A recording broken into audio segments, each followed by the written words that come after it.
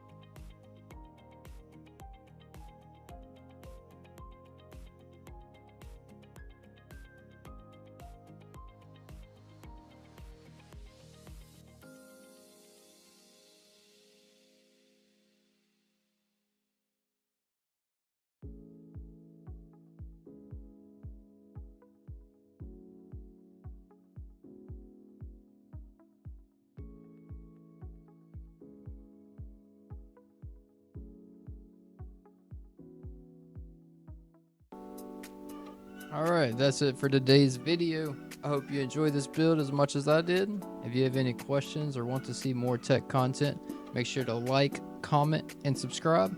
Thanks for watching, and I'll see you in the next one.